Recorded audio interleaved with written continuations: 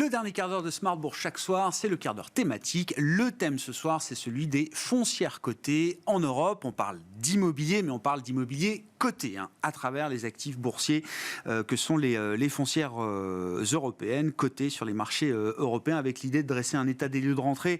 À mes côtés, Laurent Saint-Aubin, directeur de la gestion action de Sofidy et gérant du fonds Sofidy Sélection 1. Bonsoir Laurent. Bonsoir. Merci d'être là.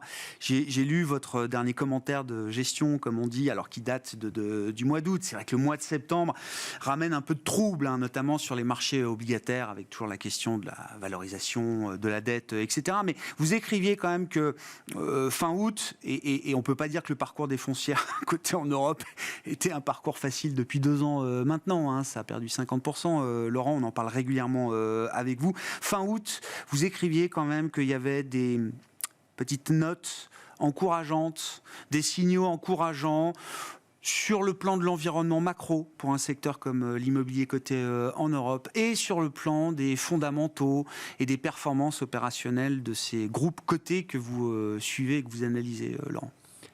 Alors effectivement, là depuis quelques jours, on a un gros mouvement d'humeur des marchés.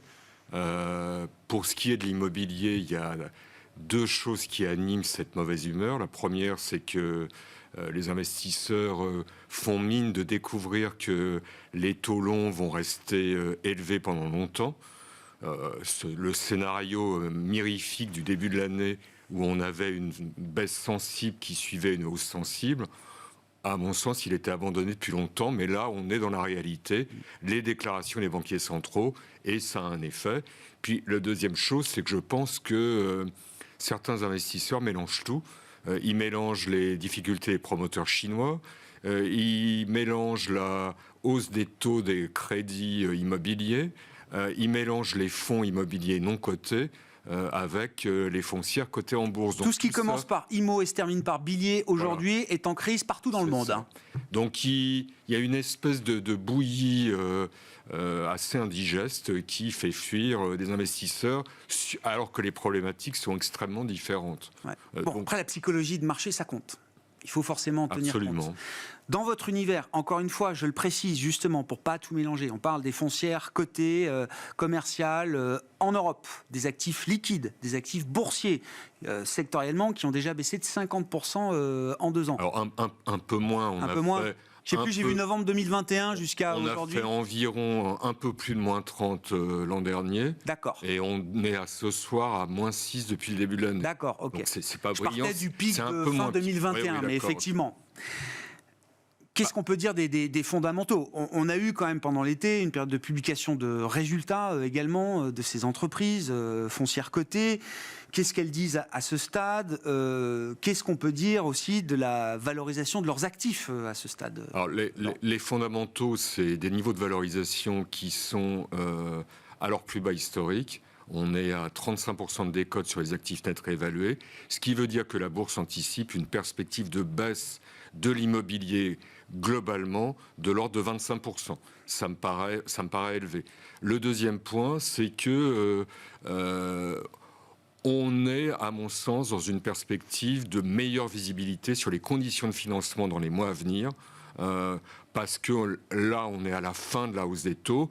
Les taux longs vont rester élevés, il va y avoir de l'inflation, mais on est dans une phase de stabilisation. Les investisseurs vont donc recommencer à intervenir sur le marché de l'immobilier physique. Et donc, à mon sens, ça va prouver que cette baisse anticipée par la bourse de 25%, elle est trop élevée. À partir du moment où on va avoir des vraies transactions physiques sur le marché, il y en a eu très peu au deuxième trimestre. Les résultats des foncières au premier semestre, ils ont été marqués par d'abord la confirmation que les foncières sont un bon rempart contre l'inflation grâce à l'indexation, avec des hausses de revenus à périmètre constant, compris entre 5 et 10%, ce qui est considérable. On n'est pas encore absolument au pic de l'indexation, donc ça, c'est quand même un point qu'il faut garder en mémoire. Ça couvre l'inflation, dans la plupart des cas, largement. Deuxième point, les coûts de financement, ils augmentent, mais ils augmentent modérément. Les foncières ont de la dette à taux fixe et sur des périodes moyennes de l'ordre de 6 ans. Donc ça se fait pas d'un seul coup. Et troisième point, des baisses de valorisation tels que déterminés par les experts, qui sont extrêmement divers suivant les segments, avec un grand gagnant qui est le secteur du commerce, où en gros les valorisations sont à peu près stables, mais on avait eu de fortes baisses avant le Covid. Ouais. Un bureau de centre-ville qui résiste, on est sur du -3, -4. Le point difficile en matière de valorisation, c'est le bureau de périphérie, où là, on a des baisses de valorisation comprises entre 8 et 18% suivant les cas. Donc là, c'est l'homme malade du secteur. Et une opération vérité, enfin, sur le plus gros segment, qui est le résidentiel allemand, où on a eu des baisses de l'ordre de 7 à 9% sur le premier semestre. Qu'est-ce qu'on peut dire des rares transactions physiques qui ont pu s'opérer dans le passé récent, Laurent? Est-ce qu'elles ont valeur de référence aujourd'hui? Vous attendez le retour des investisseurs sur le marché physique? Qu'est-ce qu'on peut dire des prix qu'on a déjà observés par rapport à ce qu'on verra peut-être demain, Malheureusement, on a... je dirais que les transactions emblématiques du deuxième trimestre sont des transactions exceptionnelles. La plus exceptionnelle d'entre elles étant le rachat, probablement par LVMH, de l'immeuble à l'angle de l'avenue Georges V, qui est les Champs-Élysées, pour un taux de rendement de l'ordre de 2%, extraordinairement faible. C'était son immeuble de commerce qui appartenait à Gecina, mais ce n'est pas représentatif.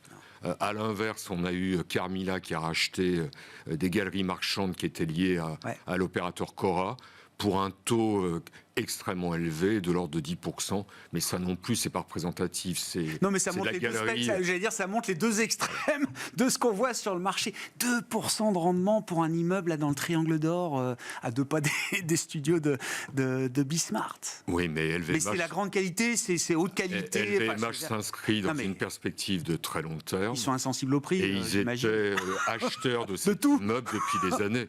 Oui, totalement insensibles au prix. Il était exclu pour eux qu'un jour, Gecina les remplace par un autre locataire. Qu'un autre groupe de luxe puisse acheter cet immeuble. Non, mais c'est une petite histoire, une petite anecdote, je trouve. Mais qui n'est pas représentative, effectivement, de l'état du marché. Non, mais qui est intéressante à écouter.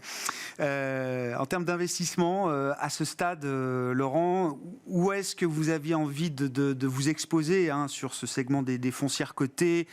Quel segment, quel type de marché, bien sûr? Est-ce qu'il y a des géographies aussi, Vous dites toujours, il n'y a pas un immobilier, il y a des immobiliers, parce qu'il y a plusieurs segments. Puis en Europe, il y a différents marchés immobiliers, qu'on soit en Espagne, en Allemagne, dans le nord de l'Europe ou en France. Est-ce qu'il y a des géographies qui vous paraissent peut-être plus opportunes que d'autres aujourd'hui? Alors en termes de secteur, moi je suis largement à l'écart du bureau, qui rencontre un certain nombre de problèmes d'usage futur et qui est un secteur sensible à la conjoncture économique. Et je pense qu'on va plutôt être dans un environnement de stagflation, récession, sans doute plus que ce que le marché imagine aujourd'hui, et inflation qui va rester significative, ce qui est bon pour l'immobilier en général, mais pas bon pour le bureau. Qui n'a pas en plus eu qui ne s'est pas encore réinventé... qui n'a pas réussi à vendre une nouvelle histoire, j'allais dire, entre guillemets, aux investisseurs. Là, on en est au stade de la réduction des besoins de surface et de la baisse des loyers. La nouvelle proposition de valeur, pour l'instant, elle n'est pas là, Voilà. Bon. Par contre, je suis positif sur les centres commerciaux, donc je suis surinvesti en commerce. Je résiste sur le résidentiel parce que je pense quand même qu'on est dans une perspective lointaine, mais une perspective de détente sur les taux longs. Et c'est un secteur qui est très sensible à ça. Et je suis enfin surpondéré, comme toujours, sur certains segments alternatifs de valeurs de croissance. Parce que dans un univers sans croissance, ça fait du bien d'avoir des valeurs de croissance, des valeurs qui affichent des cash flows au-delà de l'indexation qui progressent. Donc ça, c'est la grande logistique, le thème de la réindustrialisation de l'Europe. Il a une composante en matière de logistique. Moi, j'ai visité la semaine dernière des entrepôts en Europe centrale. C'est le cœur industriel de l'Europe. Donc vous avez là de l'assemblage industriel assez complexe avec la logistique dans l'usine. Et c'est là qu'est la croissance. Donc, vous parliez de pays. J'ai assez envie d'aller chercher la croissance, par exemple, en Europe centrale, où vous avez des populations formées et le tiers du salaire de ce qu'on connaît, nous, en Europe de l'Ouest. Les marchés frontières, hein, c'est comme on ça. dit. Merci beaucoup Laurent. Merci d'être venu dresser pour nous cet état des lieux de ces marchés immobiliers, de l'immobilier coté. Hein. C'est bien le sujet dont on parlait avec vous ce soir à travers notamment le fonds Sofidy Sélection que vous gérez chez Sofidy. Laurent Saint-Aubin, directeur de la gestion action de Sofidy, qui était avec nous, l'invité du quart d'heure thématique de Smart Bourse ce soir, à retrouver bien sûr en replay sur bismart.fr, en podcast sur l'ensemble de vos plateformes ou en direct l'émission Smart Bourse chaque jour à 17h sur Bismart, du lundi au vendredi.